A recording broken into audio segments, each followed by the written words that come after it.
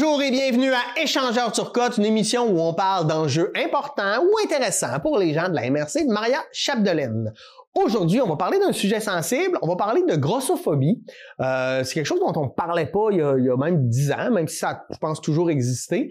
Donc, je pense que c'est important peut-être de mettre des mots là-dessus. J'espère que vous serez sensible à cette émission. Et pour en parler avec moi, j'ai Simon Bellé. Salut Simon. Salut Pierre, ça va bien? Ça va bien toi? Oui. Grossophobie. Bon. Comment tu définirais ça? Tu sais, la grossophobie, tu sais, à quelque part, là, on va commencer par là. C'est assez large, pour vrai, puis je pense que c'est pas tout le monde qui a la même définition de grossophobie. Je pense que c'est vraiment le jugement, là. La grossophobie, c'est surtout une question de jugement envers les personnes obèses, les gros. Ouais. Le terme gros, c'est quelque chose qui est encore tabou.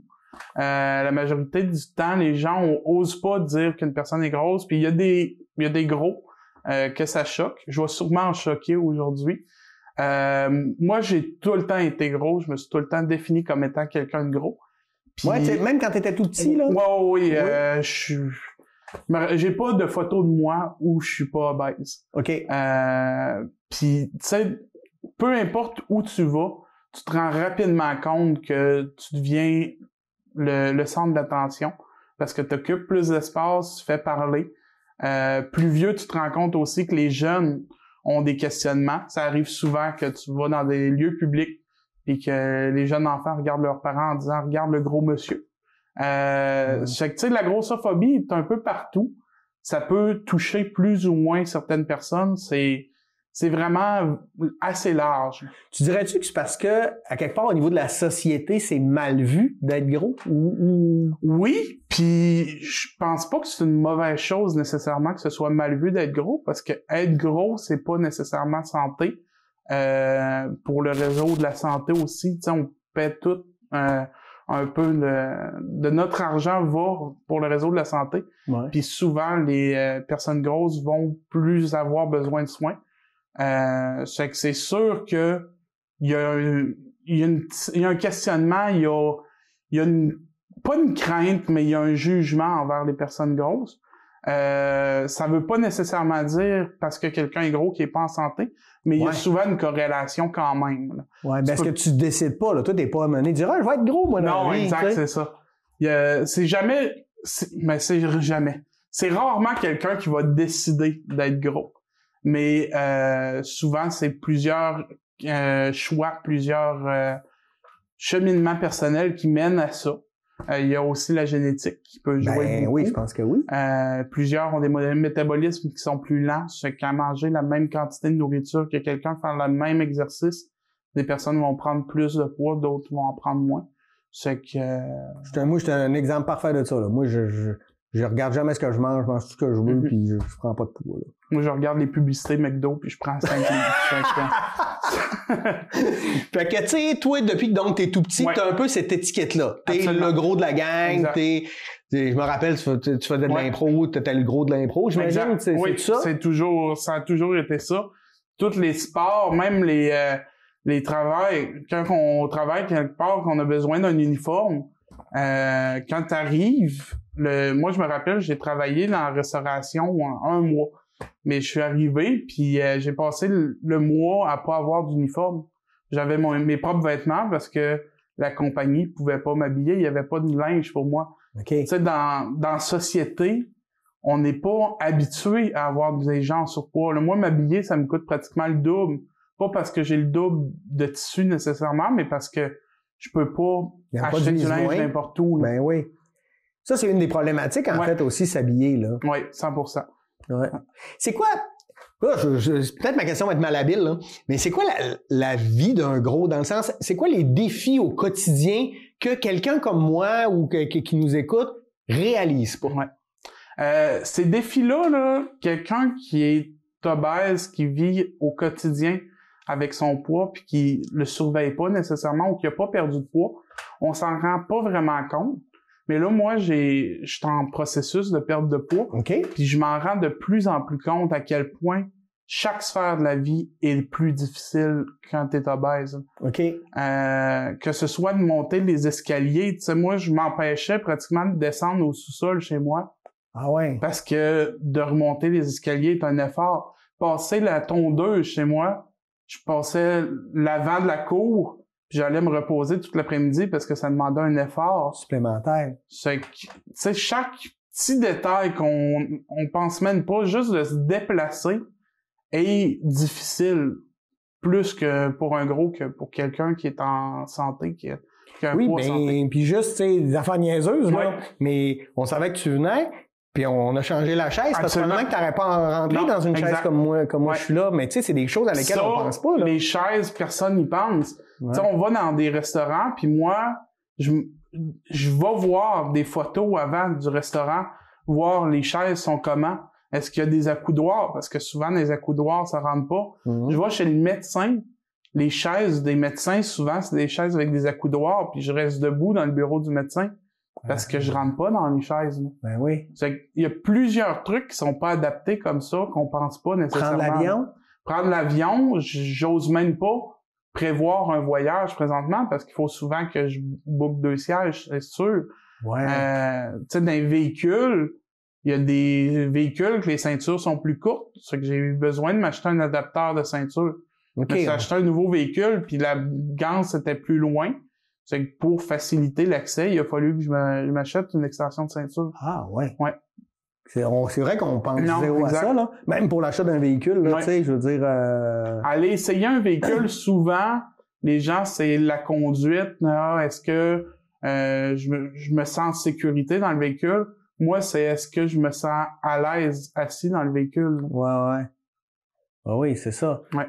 Fait qu'à quelque part, ça te met des barrières dans beaucoup de choses absolument. dans la vie, dans le sens, sans le vouloir, tu décides que, oh, là, je voudrais pas manger au restaurant, ou parce que, puis c'est pas parce que t'as pas le goût d'y aller, Exact. c'est parce que tu te dis, tu sais, Ouais. peut-être que... D'aller même voir, par exemple, le hockey à l'aréna, si on va au Canadien, par exemple, que c'est des petits sièges d'aréna avec des accoudoirs, ben là, je prévois tout le temps les spectacles et tout ce que je sais que les sièges peuvent avoir des accoudoirs, ben je vais souvent prévoir d'être dans des bouts de rangée vers le haut pour être sûr que si je rentre pas dans le siège, je puisse me mettre debout en arrière puis pas déranger. Ouais. Quand même, hein? Ouais. On réalise pas ça. Puis, est-ce que ça vient aussi avec des moqueries? Tu sais, est-ce que les gens sont méchants, en fait? Oui, puis ça, t'apprends rapidement dans la vie que ça va être ton quotidien. Tu sais, moi, j'ai toujours été gros. Les enfants sont honnêtes. Tu sais, moi, j'ai passé le début de mon primaire à me faire intimider à l'école. J'ai rapidement compris que faudrait que je sois plus intelligent que les intimidateurs puis que j'apprenne à rire moi-même de mon physique. Puis c'est avec ça que je me suis sorti de l'intimidation. J'ai passé toute la fin de mon primaire puis mon secondaire à être respecté, à avoir plusieurs amis puis à pas me faire intimider. Parce que justement, chaque insulte ou moquerie que j'avais, je n'avais une pire à ressortir. C'est plate pour un intimidateur de voir que il est pas capable de te blesser. Ouais. Que t'es plus trash que lui, que t'es capable plus que lui de rire de toi-même. Mais humainement, ça devait quand même te faire de la peine. Absolument. Tu sais, les commentaires blessent quand même, puis c'est pour ça que tu te fais une carapace, que tu t'apprends à rire de toi-même pour éviter justement que les gens osent essayer de te faire une moquerie puis de rire de toi. C'est en faisant ça, quand les gens savent que t'es capable de rire de toi-même, ils arrêtent de t'en faire des moqueries. C'est que j'ai passé un secondaire à pas avoir personne pratiquement qui intimidait parce que justement les gens me connaissaient assez, savoir que ça me ferait rien. Puis le regard des autres dans la... Comment tu vis avec ça aussi, le regard des autres au centre d'achat, dans le cinéma, je sais pas. C'est spécial. Rentrer quelque part que tu connais pas nécessairement personne, puis tu rentres, puis tu sens tous les regards sur toi. C'est rendu quelque chose de mon quotidien que je suis conscient que les gens me regardent, mais au début, quand tu t'en rends compte ou quand tu t'arrêtes pour y penser, c'est spécial de voir à quel point les regards se tournent là, pour voir pratiquement une bête de cirque. Là. Ouais. Ouais, c'est quand même, je dirais pas triste, mais tu sais, je pense que les gens sont même pas... Non. En tout cas, qu'il y a une grande majorité des gens qui sont même pas méchants. C'est complètement inconscient, mais tu sais, on le fait pour plusieurs types de personnes. Peu importe la différence que quelqu'un va avoir, on est tous portés à le regarder, puis c'est pas méchamment, c'est inconscient souvent, sauf que ces gens-là s'en rendent compte. En tout cas, pour ma part, moi, je m'en rends compte quand je rentre quelque part, puis que tout le monde se retourne. Ouais. Mais tu sais, Simon, toi, t'es quand même quelqu'un d'extraverti. Absolument. T'as fait de l'impro. T'étais même très solide en impro. Moi, je t'ai vu jouer, je me rappelle en disant, hey, lui, il va... Ouais, tu sais, t'es capable de passer par-dessus ça? Ouais, puis j'en fais encore de l'impro. Je ne sais pas pourquoi j'ai réussi à passer la barrière, mais je crois que c'est justement au primaire, en apprenant à rire de moi-même, j'ai fini par vraiment tasser de côté là, les moqueries puis les regards. Puis j'ai décidé de vivre ma vie puis d'avoir du plaisir. Puis je me trouve drôle. J'ai du fun avec les gens. Ça fait que j'aime ça me donner. Ça crée aussi un safe space à quelque part. Absolument. Parce que les gens, tu te sens respecté là-dedans, etc. Ouais. Là. Ouais, puis ça m'a créé un bel entourage avec des gens que je sais qui me jugent pas. Puis j'ai même des amis très proches de moi qui me font les pires blagues de gros qu'on pourrait entendre, que n'importe qui entendrait ça, puis me ferait rencontrer un psychologue, parce que c'est sûr que ça me troublerait. Puis c'est les blagues que je trouve le plus drôle, parce que ça vient de mon entourage proche, que je sais qu'il n'y a pas de jugement pour vrai. Mais c'est des choses qui pourraient pas être dites par n'importe qui. Ça, dans ton entourage proche, tes amis proches, tu le sens plus, la différence? Ou non. Tu la sens toujours? Je la sens plus, la différence, sauf que moi, je me l'impose quand même. Ouais, parce que quand on décide de faire des activités, ben moi, je vais quand même aller voir puis vérifier, être sûr que c'est adapté pour moi. Tu vas mettre tes limites par rapport à l'activité. Là, fait que, moi, je les sens, ces différences-là, mais mon entourage s'en rend plus compte non plus. Ils savent que je suis gros, mais ils n'iront pas penser à « on n'ira pas à tel restaurant parce que il y a des accoudoirs sur les chaises. » Ouais.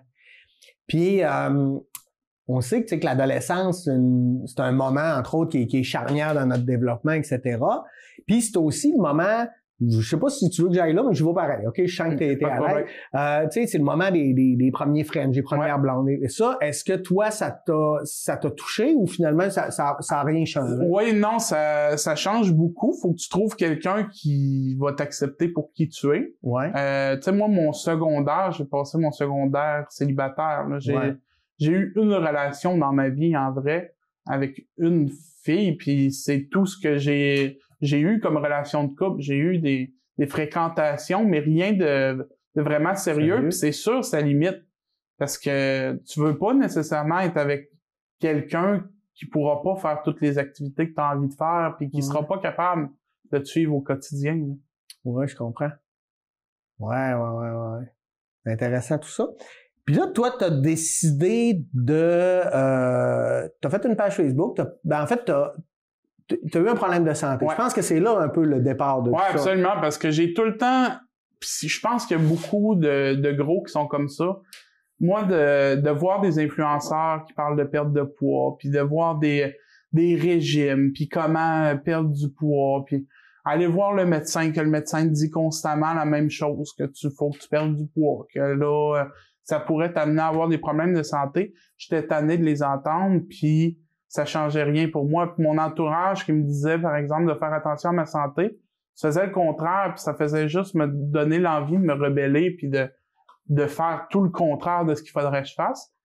Puis en fin décembre, j'ai frappé mon mur. Okay. J'ai eu ce qu'il fallait que j'aille, c'est une claque d'en face, puis je pense qu'il y a beaucoup de gros que c'est ça que ça prend pour les faire allumer. C'est plate qu'il faut se rendre là. Je sais pas pourquoi on n'allume pas avant. Sauf que moi, en décembre, j'ai fait une pneumonie. Okay. Que je me rendais pas compte que c'était une pneumonie parce que quand t'es gros, souvent, tes problèmes de santé, tu mets ça un peu de côté puis t'essaies de l'éviter en te disant que c'est pas ça. Ça faisait 1 an pratiquement que les gens me disaient que je respirais plus fort que d'habitude, que j'avais pas de l'air de filer puis que j'avais le teint pâle. Puis le 26 décembre, j'ai commencé à avoir une douleur au dos puis qui allait jusqu'en avant. Je me suis assis sur mon divan avec un coussin chauffant et un petit sac magique. Puis je me suis dit que ça allait passer. Puis le soir, quand j'étais allé me coucher, j'arrêtais pas de me relever en n'étant pas capable de dormir. J'avais de la misère à respirer. Je fais de l'asthme dans la vie. C'est que je me rappelais que plus jeune, j'allais dans la salle de bain, je mettais l'eau chaude qui coulait au bout, puis je me faisais un petit traitement d'inhalothérapie. Ouais. Je n'ai fait 4 ce soir-là, jusqu'à 3 heures du matin où j'étais allé me coucher une dernière fois. Puis une demi-heure après, je me suis réveillé puis plus capable de respirer. Je me suis levé, j'ai failli perdre connaissance dans ma chambre, c'est que j'ai décidé d'appeler l'ambulance. Ceux qui me savent là, savent que je consulte jamais le médecin. Puis pour appeler l'ambulance, il fallait vraiment que ça aille pas bien. Tu t'es fait peur. Je me suis fait peur comme faux. Les ambulanciers sont arrivés, je suis saturé à 70% d'oxygène dans le sang. Là, normalement, on est à 98-99%. OK. C'est qu'ils m'ont tout de suite embarqué pour aller à l'urgence. À l'urgence, ils m'ont tout de suite monté aux soins intensifs. Moi, j'avais déjà entendu parler de l'intubation. Il y avait des statistiques peu favorables de comment qu'on se réveillait de tout ça. Je savais que en tant que gros, c'était encore plus difficile. C'est que mon seul but, c'était de pas être intubé, puis c'est ce que j'arrêtais pas de répéter au médecin. C'est que toute la journée du 27 décembre, j'ai été sur toutes les aides respiratoires, là, les ventilateurs, les soins intensifs. Les masques, les masques, jusqu'au BiPAP. Le BiPAP, c'est comme la dernière machine avant l'intubation. Le médecin m'aurait intubé si j'avais pas été gros. Sauf qu'il avait trop peur que je me réveille pas. OK. Puis l'équipe de Dolbeau était comme à bout de ressources. Ils ont appelé à Chicoutimi, puis ils m'ont pas transféré parce qu'ils pensaient que je ferais pas justement le transfert. Tu te rendrais pas, là. Que je me rendrais pas. C'est que c'est le médecin de Chicoutimi, finalement, qui donnait les indications à mon médecin à Dolbeau pour comment ajuster ma machine. J'ai fini par réussir à reprendre le dessus, mais j'ai été hospitalisé 7 jours de temps là, à l'hôpital. OK. Tu sais, j'ai manqué le jour de l'an avec ma gang d'amis. C'était pas un beau moment. C'est clair. Puis assez que au début janvier, le lendemain, le 28 décembre, j'ai tout de suite dit que là, ça n'était fini, puis que j'allais perdre du poids pour vrai là pendant l'année. Je m'étais mis un objectif de 100 livres au mois de janvier cette année. On est en début à août, là, j'ai 91 livres perdus là, présentement. Bravo. Merci. Ouais. Puis comment tu fais ça? Parce que, tu sais, il y a cette problématique-là aussi, hein, les habitudes, les affaires. Là, à go, tu commences pas à faire un marathon, là. Non, exact. Faut vraiment que tu y ailles à ton rythme. Puis moi, j'ai jamais cru non plus, tu sais, tout ce qui est de régime, c'est ce que je voulais pas. Ouais. Puis j'ai toujours eu la pensée aussi je veux pas faire un régime qui va me faire perdre du poids rapidement puis que je vais tout regagner. Ouais, c'est ça qu'on veut. Je voulais vraiment avoir un nouveau mode de vie que je serais capable de perdurer dans le temps. C'est que j'ai diminué mes portions de dessert. Okay. Mais j'ai quand même continué à toujours prendre du dessert parce que moi, je sentais que dans ma vie, je voulais prendre un dessert. Bon, puis ça nous prend un peu de bonheur exact. aussi. C'est que j'ai jamais arrêté de prendre du dessert, j'ai continué. J'ai commencé à bouger vraiment plus que je bougeais. J'ai commencé par faire de l'aquacardio. OK. C'est quoi ça? C'est un sport aquatique. C'est dans la piscine. C'est souvent des personnes âgées qui font ça. C'est que j'étais le seul gars. Une nouvelle gang. J'étais le seul gars dans la gang de personnes âgées dans la piscine. Ah, ouais. J'ai été chanceux. J'avais deux de mes meilleurs amis là qui ont embarqué avec moi là-dedans. Ah, c'est le fun. C'est que tu t'en vas supporter. Exact. C'est que tu sais, j'avais Christopher puis Chania qui étaient avec moi. On passait tous nos cours d'aquacardio. On faisait un soir semaine au début. Fait qu'on était les seuls jeunes dans la piscine avec la gang de vieux. J'ai vraiment aimé ça. J'ai un de mes amis aussi du secondaire qui est rendu coach maintenant, qui me coach, qui m'a fait un programme d'entraînement. J'étais chanceux. Une autre période dans ma vie où j'ai voulu perdre du poids, je m'étais déjà tout équipé un gym chez moi. C'est que j'avais des poids, j'avais un elliptique. C'est que je m'entraînais. J'ai tout le temps fait un 4 jours semaine d'entraînement. C'est qu'un soir, c'était l'aquacardio. Après ça, je faisais de l'entraînement dans mon gym. La deuxième session, j'ai augmenté les cours d'aquacardio à 2 cours par semaine avec mon entraînement au gym les 2 autres jours de mon entraînement. Puis une fois que ça a terminé l'aquacardio en avril, j'ai commencé le pickleball, un autre sport de personnes âgées. C'est que j'étais encore avec ma gang, Ouais. mais j'ai commencé Non, le mais pickleball à quand l'Arena tu de vas être rendu Mistassini. une personne âgée, tu vas être bien plus fort que Ah les oui, autres. 100%. Puis non, je me suis mis à jouer au pickleball, j'ai vraiment trippé, j'ai jamais aimé un sport comme ça, puis justement, j'étais avec Christopher Pichagnan encore, Ok. qui m'accompagnait là-dedans, puis qui m'accompagne encore. Fait qu'on est rendu accro du pickleball, c'est qu'on joue avec notre gang de personnes âgées, là, Wow. un soir semaine, on joue 2h30. J'ai jamais aimé un sport comme ça, puis j'ai jamais sué autant un sport que ça, parce que ça a l'air facile, c'est facile de jouer, puis Mais c'est demandant tu pareil. progresses beaucoup. OK. C'est vraiment demandant quand même comme sport. Ouais. Fait que, là, c'est surtout du pickleball que je fais. Je continue l'aquacardio dans la piscine de mes parents aussi l'été. Ah, ben oui, avec, tu sais ce que tu as à faire. Je sais ce que j'ai à faire, c'est que je me mets ma musique puis je fais mon aquacardio. Quand tu reviens dans le temps, est-ce que tu as toujours détesté ça, le sport? Non, j'ai fait des sports que j'aimais. J'ai tout arrêté ces sports-là justement parce que j'étais pas capable de suivre la gang. Ouais, c'est ça. Tu sais, j'ai joué au soccer quand j'étais plus jeune. J'étais dans l'équipe de Dolbeau avec une gang d'amis qui ont vraiment progressé après. Sauf que, tu sais, j'ai eu des mauvaises expériences aussi avec des coachs. Tu sais, j'ai déjà joué au soccer d'intérieur avec un coach qui voulait vraiment qu'on performe. On jouait dans une catégorie d'âge supérieure à la nôtre. Puis pendant une pratique où il était fâché de l'équipe, comment qu'il se forçait, il me prend en exemple en montrant que moi, au moins, je me donnais, mais que j'étais le plus mauvais de la gang, mais qu'au moins, moi, je me forçais. C'est que quand j'ai eu ce commentaire-là, j'ai fait « Ah, OK, gars, tant qu'à être pris pour le clown de cirque qui va mal jouer au soccer, mais au moins me donner, j'ai arrêté complètement le soccer. J'ai essayé le football aussi. Un sport d'équipe que, tu sais, au début du secondaire, j'aurais vraiment aimé le football. Sauf qu'au début du secondaire, on était une gang de flow que ça leur tentait de niaiser. Puis au football, les pénalités, c'est toute l'équipe qui est cop. Ouais.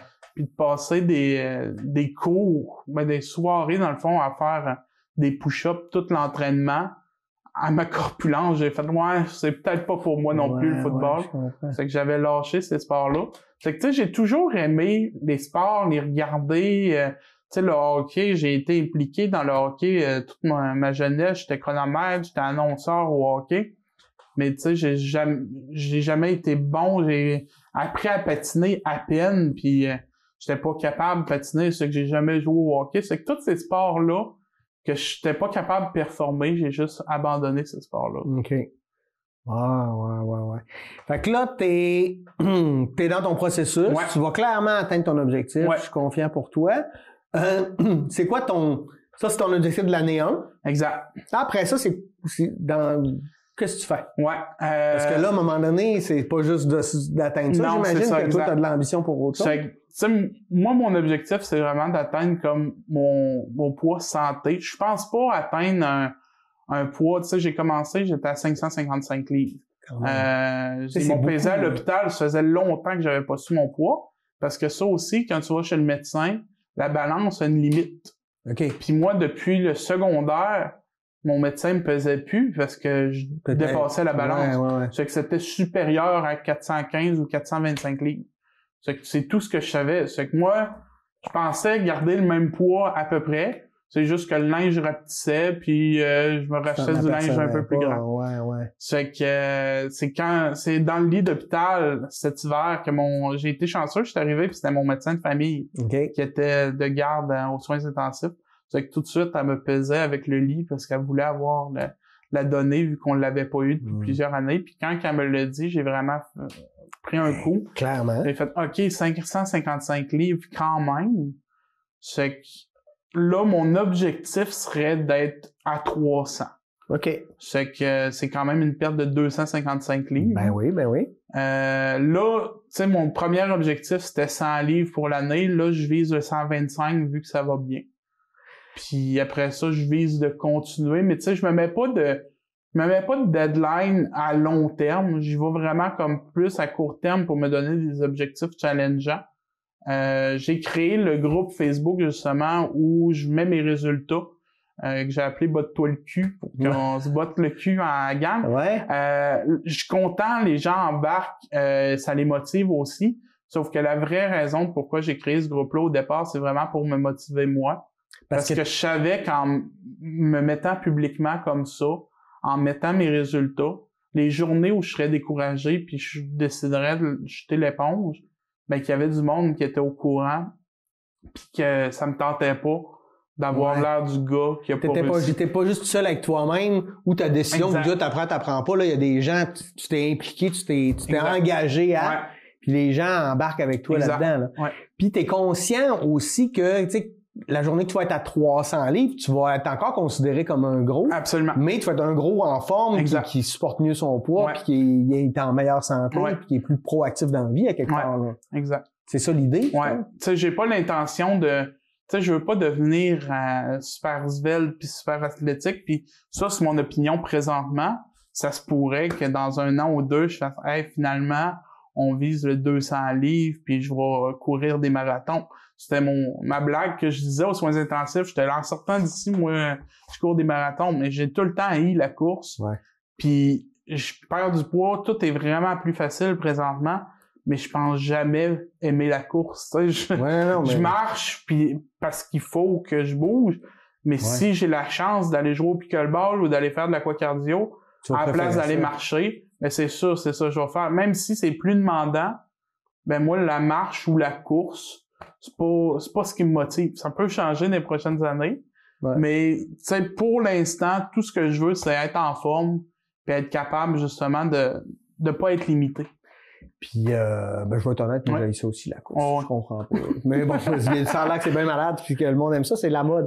Puis j'imagine qu'aussi, quand tu fais ta page Facebook, il y a plein de gens qui prennent conscience aussi que tu prends conscience puis que tu t'engages. Ouais. Fait que ça doit venir aussi avec du support puis de l'amour. Oui, absolument. De réaliser que les gens ils tiennent à toi. Oui, 100%. Puis tu sais, c'est plus autant tabou que c'était. Tu sais, j'ai des amis proches, des gens que je connais bien. Tu sais, c'était le Festival du Bleuet en fin de semaine, puis j'ai revu plein de gens comme à toutes les années, on revoit des gens. Ouais. Puis mais la première chose qui venait, c'était « Hey, je suis ta page, c'est vraiment cool, c'est motivant. » J'ai commencé à me mettre en forme aussi parce que j'ai vu que le monde embarquait, justement. Ouais. C'est que c'est cool de voir que ça a un impact, pas juste pour moi, pour les autres aussi, même si c'était pas l'objectif premier. Là. Ouais. Génial, ça. Ben, bravo. Bravo. Sur ce, bravo. On va à la pause. Puis, on revient tout de suite après. Manquez pas, c'est vraiment, vraiment intéressant. Et j'aime ça qu'on parle de manière franche et directe, mais je pense que les gens vont être touchés par ça. À tout de suite.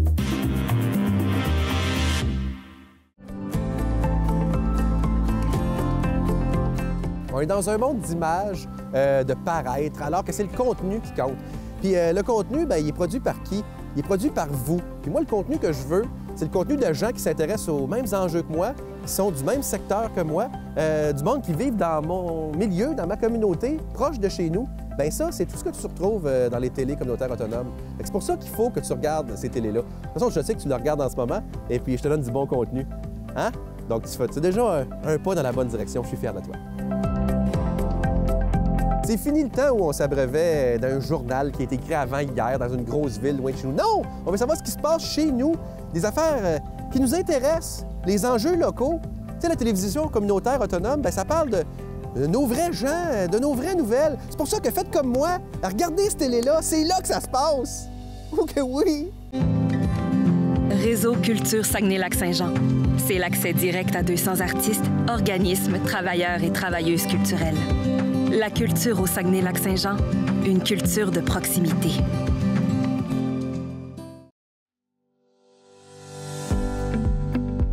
Moi, au niveau de l'association, dans le fond, je me trouve être président de l'association baseball mineur de Dolbeau-Mistassini. Donc, je fais partie de l'équipe.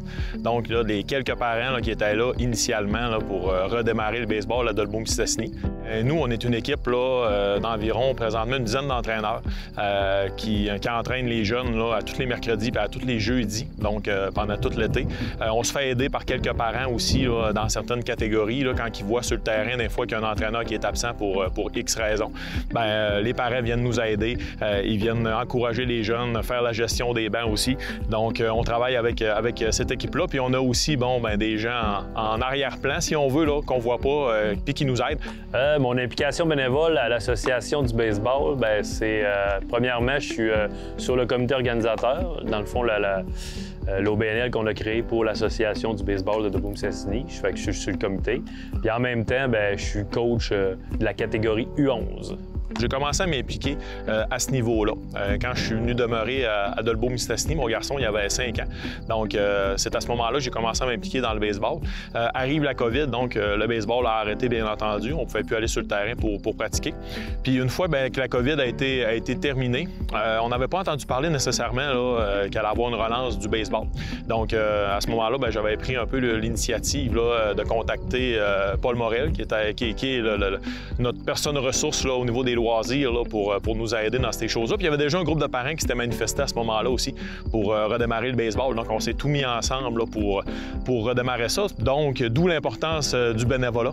Donc on était une équipe de parents bénévoles qui avaient le goût de s'impliquer. Je m'implique parce que le sport, c'est important pour moi. Puis je veux transmettre ma passion du sport aux jeunes. C'est la raison première, là, c'est d'offrir des services. C'est pas tous les jeunes qui veulent faire le même sport. Fait que, en ramenant le baseball à Dolbeau-Mistassini, ça donne une option de plus à des jeunes c'est un sport vraiment différent des autres. Fait que des fois, ça peut donner une option de plus à des jeunes qui voudraient l'essayer. C'est grâce au bénévolat qu'on recommence des choses comme ça, qu'on lève des projets aussi. Veux pas.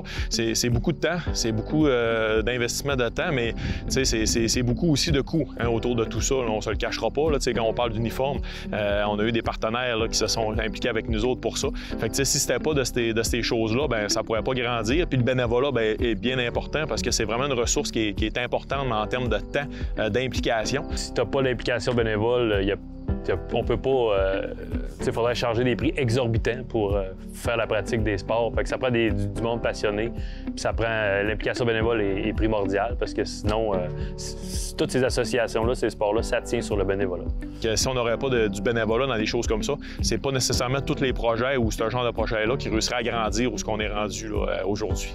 Des fois, on pense qu'on n'a peut-être pas les aptitudes ou les capacités, mais tout le monde peut aider. Il va y avoir des leaders qui vont aider ceux qui sont prêts à s'impliquer bénévolement. Essayez-vous, puis demandez, puis on peut toujours mettre l'épaule à la roue, comme on dit.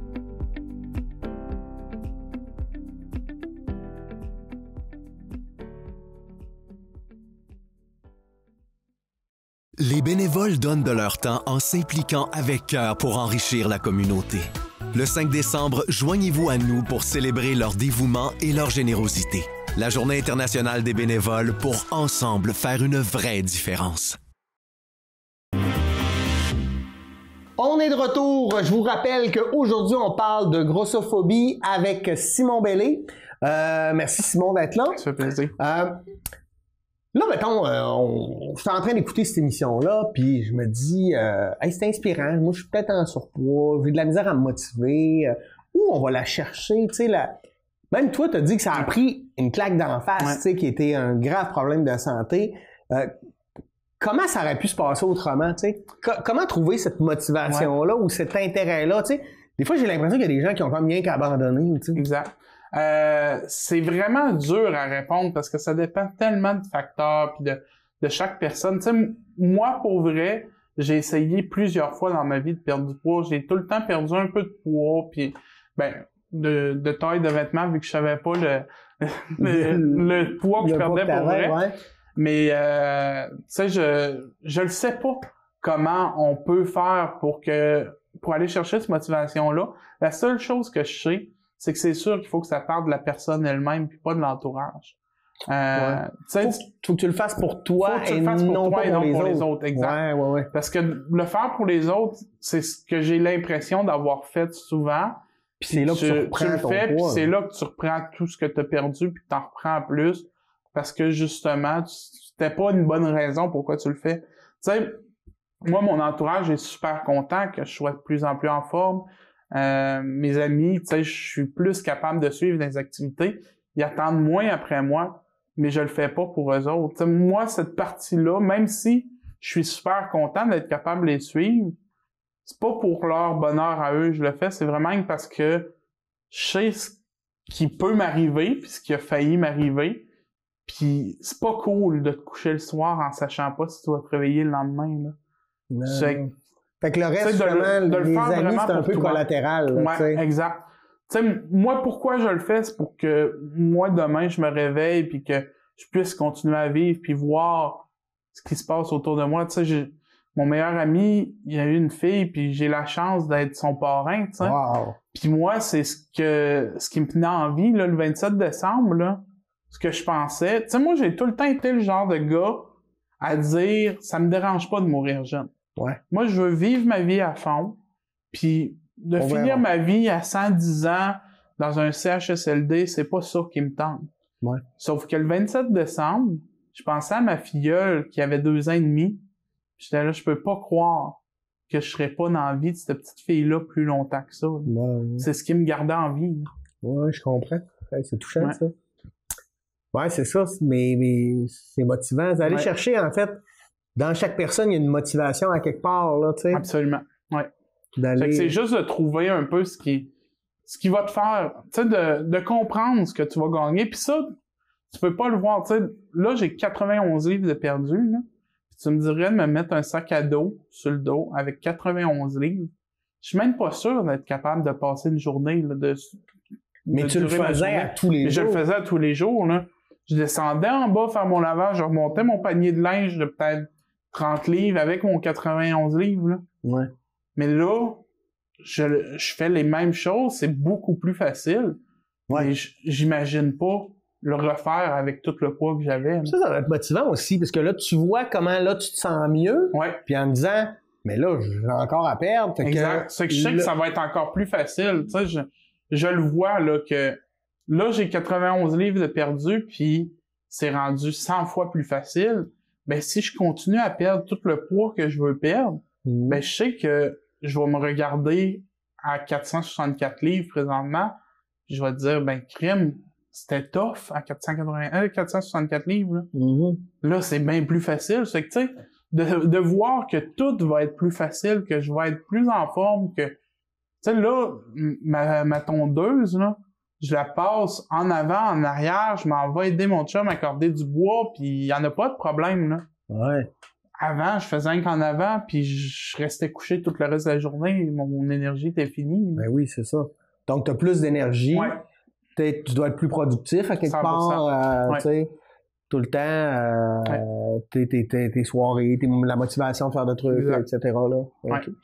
Qu'est-ce que tu penses de tout? Parce que, tu sais, on est d'une société très axée. En ce moment, là, ça devient un peu même le nouveau dogme, là, la forme physique. Là, Ouais. tu sais, là, maigrir, poids santé, faire du sport, avoir des fois, je vais Ouais. aller à la plage encore cette semaine. Des fois, je fais, mon Dieu, à quoi ça lui sert tous ces muscles-là? Ouais. Mais tu sais, on est beaucoup là-dedans. Les régimes, tu sais, on sait plus, là, les affaires santé, tout le monde nous parle de ça. Ouais, puis tous ces régimes-là se contredisent tous un puis l'autre. Ben ouais.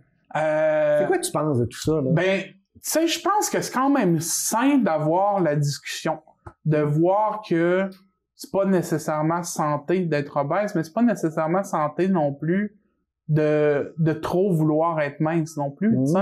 C'est des troubles alimentaires de l'autre bord, à quelque part, là? Exact. C'est que, tu sais, je pense qu'il y a une discussion à avoir. Je pense que là, la discussion est pas nécessairement la bonne. On axe beaucoup sur la beauté, sur l'apparence, tandis qu'on pourrait vraiment plus axer sur la santé. Tu sais, j'ai des amis qui sont super minces, puis qui mangent à côté au fast-food, puis qui font aucun sport, puis qui ont de la misère à suivre.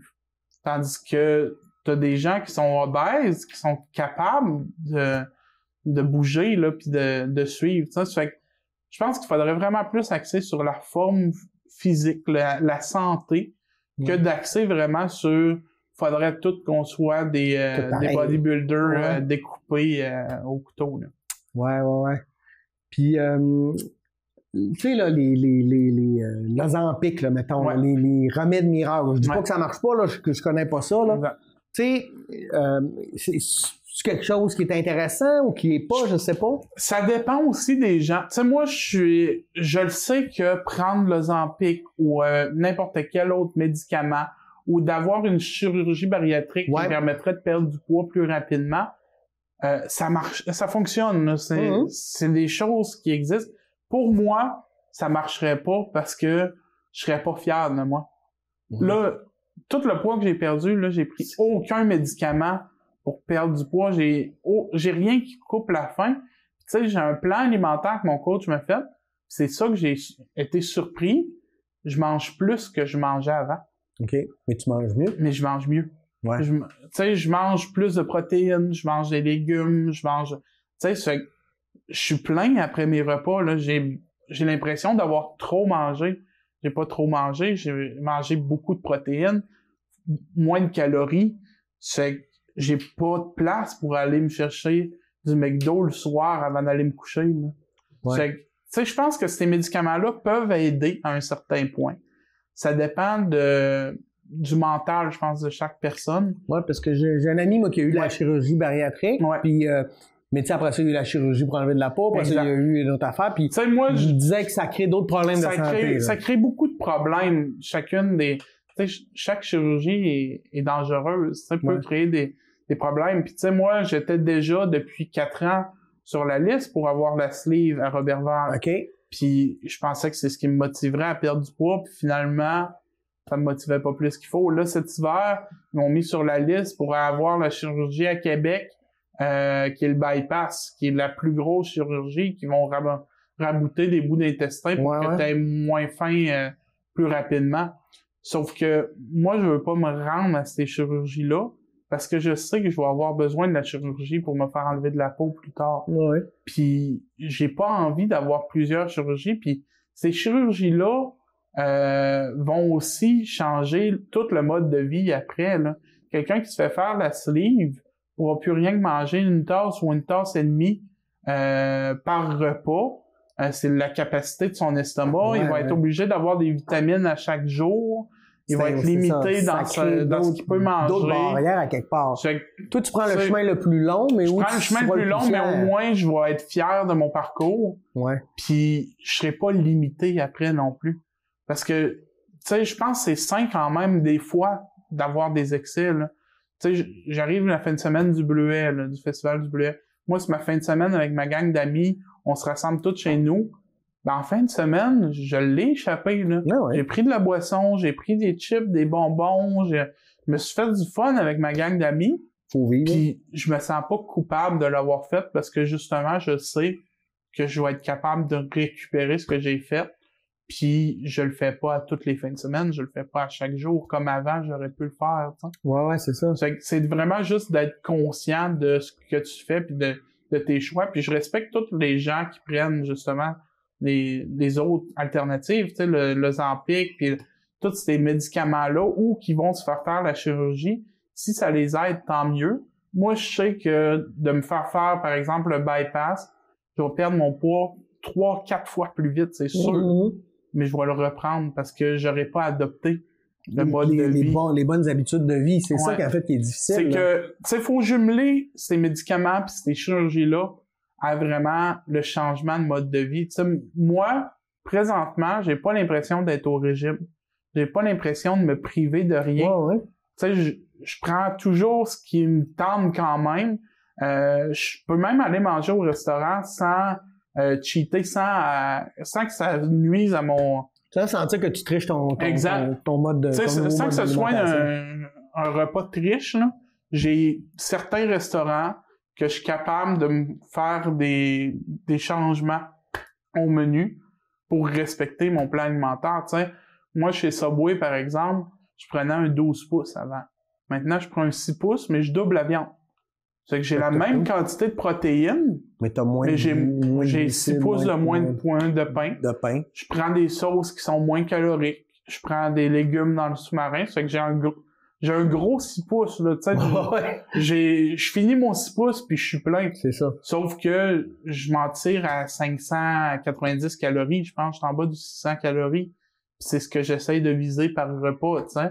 Mais je suis pas fou non plus à peser ma nourriture. Parce ouais, que... c'est ça. T'es-tu la calculatrice tout le temps quand tu manges? Là, je suis rendu que je me rends plus compte des calories que j'ingère. Je vois un peu plus ce qui se passe, mais jamais je vais être la personne qui va sortir ma balance puis peser combien de poulet je me mets dans mon assiette, combien de riz. J'y vais vraiment à peu près, puis c'est ce qui fait que je le perds pas aussi vite que je le perdrais, mon poids. C'est des compromis que je suis prêt à faire parce que je sais que de vivre toute ma vie comme je le fais là, je serais capable. Mais de vivre toute ma vie en me traînant une petite balance pour peser chacun de mes aliments, puis de me restreindre à « Ah, ben là, j'ai encore faim, mais là... » Ben, c'est comme aussi comme le symbole. Tu sors ta balance, c'est comme si c'était le symbole de la castration à quelque part. 100%. Là, puis tu sais, j'ai pas le goût non plus de me faire du gros meal prep à avoir les mêmes repas toute la semaine que j'ai pesé combien de poulet puis combien de brocolis je mettais dans mon assiette. Là.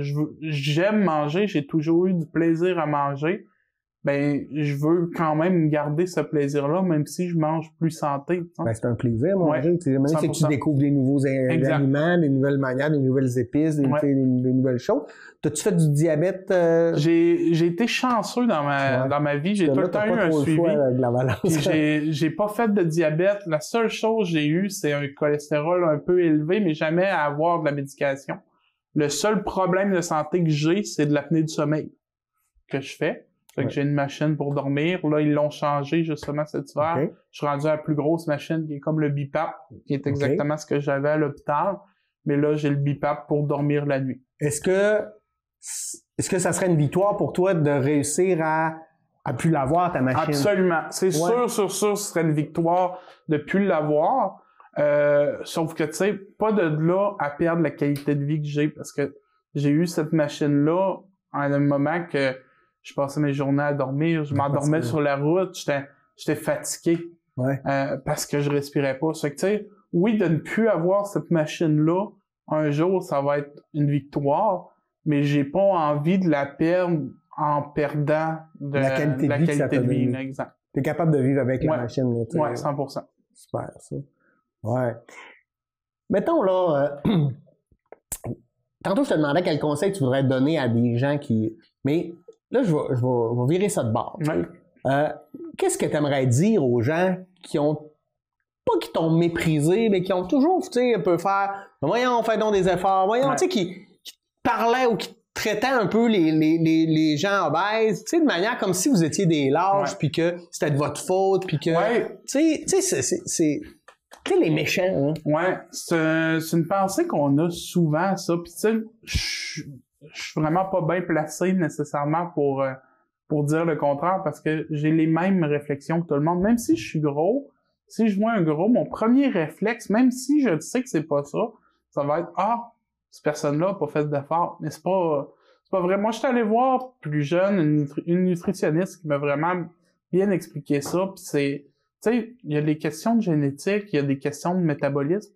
Moi, elle m'a expliqué un peu les métabolismes, c'était quoi. Tu sais, quand on ingère des aliments, il y en a qui ont des métabolismes plus rapides, qui peuvent manger de la scrap toute la journée, puis qui prendront pas de livre, là, qui vont tout expulser tout de suite, le corps retiendra rien. T'as des gens qui vont avoir un métabolisme plus lent, qui vont vraiment tout absorber ce qu'ils mangent, puis que ça va se stocker tout de suite en graisse. Ouais. Elle m'a comparé ça un peu à des voitures. Il y en a qui ont des gros pick-up, là, que ça consomme beaucoup, puis que tu peux lui donner du gaz en masse, puis toute la merde que tu veux, puis il va tout brûler ça, puis ça va être fini. Il y en a qui sont un peu plus comme des smart, que tu vas tanker une fois, puis que ça va se promener, ça sera pas pesant, puis ça va tout être bien économe, ça va tout garder ce que ça ingère, puis il n'y aura pas de perte de dépensée, tu sais. Fait qu'elle, elle m'avait dit, t'es un peu comme une smart. Elle dit, tout ce que tu manges, là, mais toi, ça va durer vraiment longtemps dans ton système, puis tout ce que tu manges, que ce soit bon ou de la scrap, va être ingéré par ton corps.